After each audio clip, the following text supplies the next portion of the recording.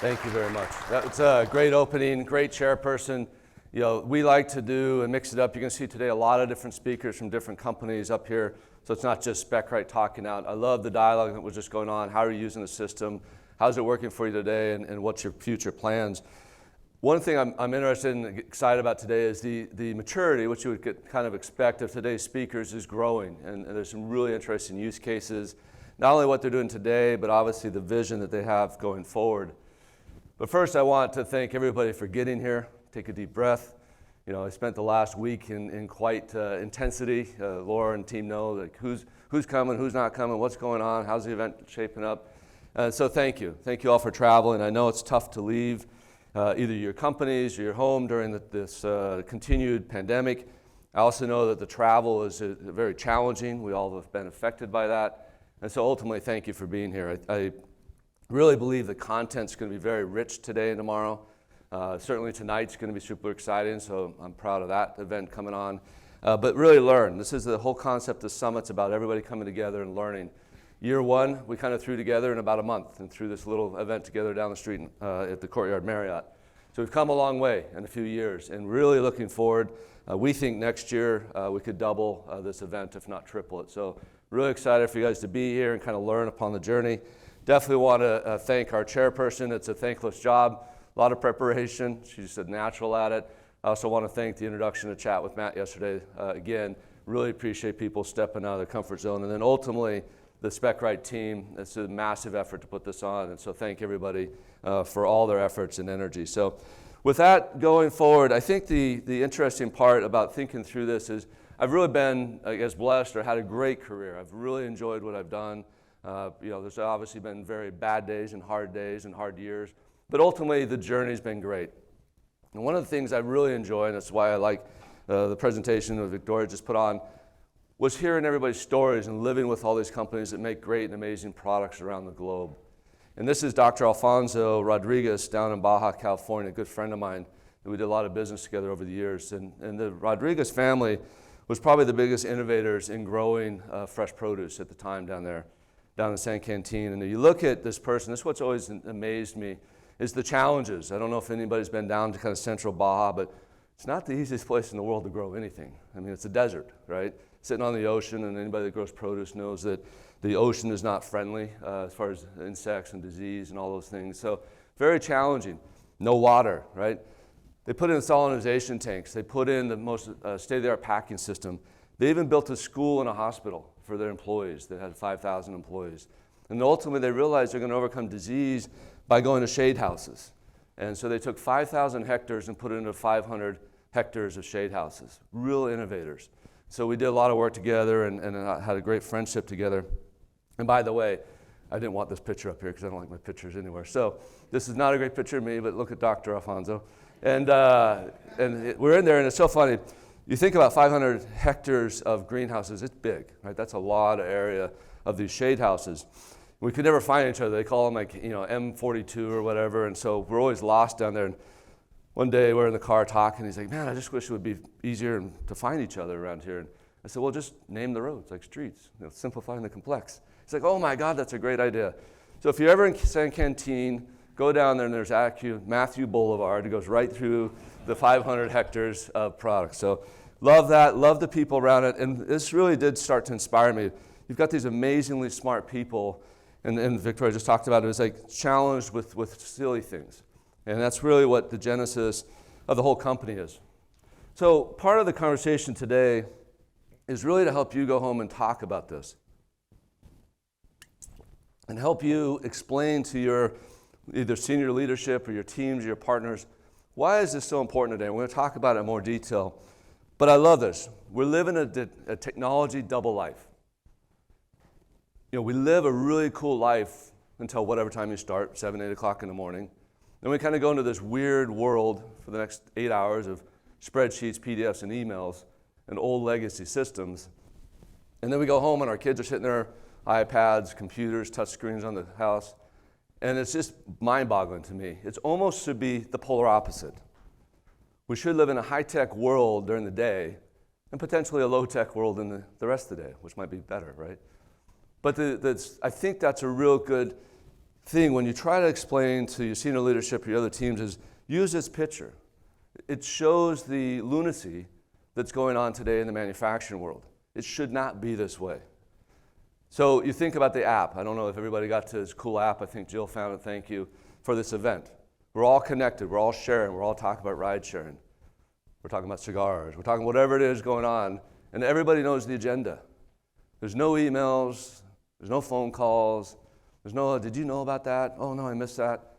It's technology. And so why do we allow ourselves to live in the other world in the daily life? And so the lunacy has got to stop, and we've got to stop doing that. And the primary thing, again, I love the opening conversation, is you got really smart people in this room, got really smart people working around you, either well-educated or real well-versed in the industry, and they're chasing spreadsheets, and they're chasing data, and they're trying to find the email that they came in 2 days ago. It just doesn't make sense. And so it's funny, and it's hard for everybody to get it. I remember I was in a call in San Francisco at a big food company very early on, and I see this. It's such a clear vision to me. So I'm always talking that way, and I'm sitting there with the CEO of this company. Got very fortunate to have that meeting set up. He says, I kind of get it, right? I kind of get it. Let me make a call. Calls the CIO, and he says, do we have this under control? He says, no, everything's under control. And I hang up and said, okay, well, can you do this? Can you move your supply base tomorrow if you had to? This is before COVID. Can you do this? Can everybody have access to how many cans and labels they have and where they're coming from instantly? Oh, I don't know. I need to call again, right? So there's a big gap of understanding. And ultimately, I always love the story. Again, I'll leave the name out. There's a person in the audience or two that were in this meeting. So a real exciting meeting in the Midwest, another major food company. The team was ready to go. The Victorias, everybody, the team was ready to go. They're ready to sign the deal. Would have been our first deal, major brand. And I get a phone call as I get home. He says, I can't do it. I said, okay, what happened? What can we do to help through this? We took it to senior leadership, and senior leadership said, if I go to my boss and ask for this, they're going to fire me because they're going to say, I don't know what I have for product-wise. I'm like, well, that's kind of the purpose. Like, don't you want to know what you have, and don't you want to go to technology? So it is an uphill battle. And so that's why we talk a lot about how do you verse this or communicate this with your teams and with the other senior leaderships.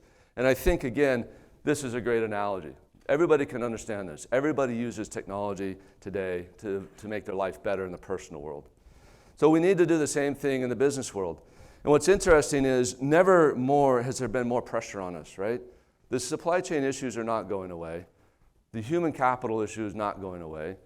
The disease pandemics hopefully will go away, and perhaps another one comes, right? You just don't know. And then ultimately, which is the right thing to do, we have to get better at our waste. We have to quit making bad products. We have to become more sustainable in the definition of today. And then ultimately, the consumer is going to want to know where stuff's coming from and what it's made of. And they're going to want to see that visibility. I mentioned in chat with Matt yesterday, a CEO in one of the board meetings said, we know we're going to have to provide the consumer spec information in the next couple of years. They're going to want to know where that stuff's coming from. So this whole thing here is coming that direction, but yet we live in this world, right? It's almost impossible to live that way. And so how are we doing it today? And it's interesting, I looked at this chart and I always think if we could run the horizontal slide through here of, what systems are cobbled together to kind of create the outcome. We typically see 4 to 5 different systems kind of interconnected. Everybody's a little bit different. We've seen as many as 9 and as few as 1, right? But there's actually stacked on top of each other. Hey, I kind of push it from email, and then I kind of grab it, put it in a spreadsheet, and then share the spreadsheet, and I connect it to this. Or I put it in a legacy system that doesn't quite operate, so I do the rest of it over here.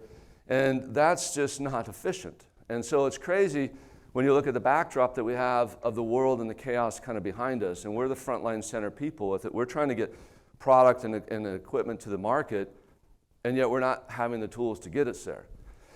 And I love what I was hoping she said it. Victoria mentioned, we're going to talk about it later. The early days of her first company with Spec-First, there was stumbling. It was challenging. And we didn't fix it all the way until we were committed to get through to that. And this is a journey. Remember, if we're going from like the Stone Age to the modern day, there's going to be challenges in that journey, and it's a matter of our commitment to stay with it. And so this is just not possible. This is not possible. If you look at this chart and say, however you stack up on this chart, and you say, hey, I have to be sustainable. I have to let the consumers know what they have. I have to be able to move my product around the world. I have to know exactly what I have, where I have it, and be able to do that fluidly. This isn't the way, right? And we talk about Spec Management Summit because it's not just Spec-Right. Obviously that's the platform we believe in and we're pushing, but the whole concept of the Spec-First approach is critical. So how bad can it get? Nobody's had this happen, right? We're having a chat the other day, or yesterday in the lobby that, yeah, finally I got Spec-Right because we had a recall. I'm like, well, we shouldn't have to get to that, but we all know that a lot of companies react that way, right? So why, if you look at that thing, is it so daunting, or how do I get so optimistic? It's a great statement here. A crisis is a terrible thing to waste. We have had the event that allows the C-suite and everybody else to be aware that it doesn't work easily, that it needs to be done differently. I remember when the pandemic first hit, I was talking to a customer that was trying to move product around to keep up with demand. It was a cleaning product. And they were struggling. They had all the great ideas. The CEO said, well, move it all to Europe. Well, they moved it all to Europe, but Europe's machines don't run that product. It all looked the same, but it's not the same. We all know that. So you have to have that granular level of DNA at your fingertips as the basis of the system. And so, why now? This again is, nobody in the room I don't think is going to argue with any of this. It's really how do you get to your leadership, or how do you get to your partners, or how do you get to your community and get them to believe at the level you're in? Or if you're learning, why and how we connect the dots. Priorities are not always clear. We need to understand, how change is possible. And because it's required. I think that because it's required is accepted. I mean, I don't think anybody's here arguing that technology is not needed today. I think it's how do we get there, and how do we convince everybody that we need to embrace technology today, and that technology will be the difference maker. I love the story. That's exactly how it should be. If you're on the carpet and somebody's asking a question, there's 30 people in the meeting, you have to, at your fingertips, be able to have these answers.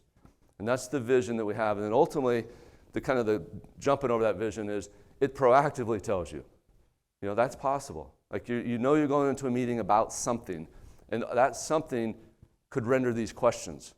And so the system's already going to tell you that going into that meeting because it's connected to your calendar, right? That's how I think. It's like that's how this thing has to happen. And then obviously we're on a journey to get there, but that's the cool part. Okay, I'm going into a supply issue or a supplier issue, or I'm going into a capacity issue. This is the most likely things are going to be asked. Here's the data for that, right? And then avail that to everybody in the meeting. So you're all talking about the same thing, just like the app coming today. And I don't know if everybody shared ride shares or not, so maybe it does work or doesn't work, but you all got here. So I think ultimately the fun part about it, I love the comments you mentioned. This is a hard journey, but let's have some fun. We picked this photo up off LinkedIn from Gage, who's here, and Ann, who introduced me yesterday, and I should have known from this picture she's a good comedian. I didn't expect the great comedian introduction, so good job. But a lot of fun. This is really what it's about. Let's kill the systems. I had a great conversation with Darren. I encourage you to talk to him this morning. He built the system that they operate on for many years. It's a great system for the time period. The world's changed, and Darren's embracing change. It's a really cool thing to me to see how that happens. And so here's there's people that love their file folders, right? We all have them in our organization. I'll never forget, I was in a really big company meeting, super excited. We had 10 people in the meeting. They're all excited about doing this. And this person raises her hand. It was a humble question. She says, is it okay after we do Spec-Right that I print it out and put it in my file folder and put it back in my file? I'm like, man, I must be doing something wrong. Like the last 59 minutes didn't make any sense. I'm like, you could. I said, it's kind of the wrong way to think about it. It's like getting your iPhone and then wanting to use a rotary dial phone, right? So, I did know Lone Ranger. So rotary dial phone, for those who don't know, is the thing that goes like this. It's been a while since we've had them. And I'm 26, so 1 year older than me. But, and what's really exciting today is the world's changing. And in a lot of ways, probably for the better. The person that could hold all that data, the simplistic supply chain in their head and in their brain and make it happen is retiring. And it's not a shock, but the next generation doesn't want to go look for samples and doesn't want to look at spreadsheets, and that's just not the way they've operated. They've lived their whole life in technology. And it's got to be like driving 100 miles an hour and then hitting the brakes when you come to a company. Like, oh my goodness, this is how you do it? And so we have to avail the next generation. That's why academia is so critical to us. We've just launched Spec Squad, which we're going to talk about today. It's real exciting. And so the team itself is moving forward, and it's not going away. And so this is Jason. What I really want to do is to enable you all to do better things, create better products, to be more innovative. And I think if we can unlock the talent that is consumed with inefficiencies, that amazing things are going to happen. And that's the stories that I want to start to hear in the next several years of these meetings, is here's what I got to do instead of doing what I used to do. And so, and in Jason's case, maybe throw a little golf in there or get home for the day. But, it's really fun. One of our past chair people, Laura, who couldn't be here today because of corporate travel, she makes a great story, and one that I've always believed in. She says that she's a single mother, which is a challenging job, never mind having a second job, which is her work job. So she had all her kids at her office on a Saturday because she had to find something for a supplier. And I forget, it was a 7 or 8 year old daughter at that time, much older today. She looks at her mother, true story, and she says, "Isn't there an app for this?" Because she saw her mom sitting at the desk with all these papers, and it's true. She should be at home enjoying her family on Saturday, not going through file cabinets.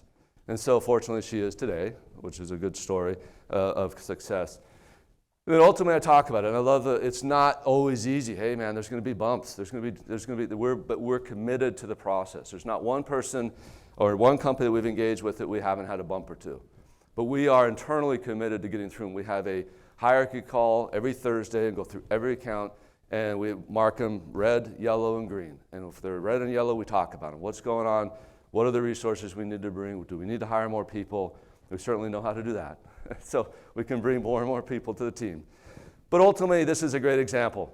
If anybody wanted, I don't know if anybody has climbed Everest in here. I have not. I should have done that before I'm 26. But ultimately, it's got to be a daunting task, right? And so what do? You engage a Sherpa. Somebody that's lived in that environment, they spend all day in that environment, they understand every little thing about the journey to take you along that method. And that's what I hope Spec-Right becomes, is the Sherpa to spec management.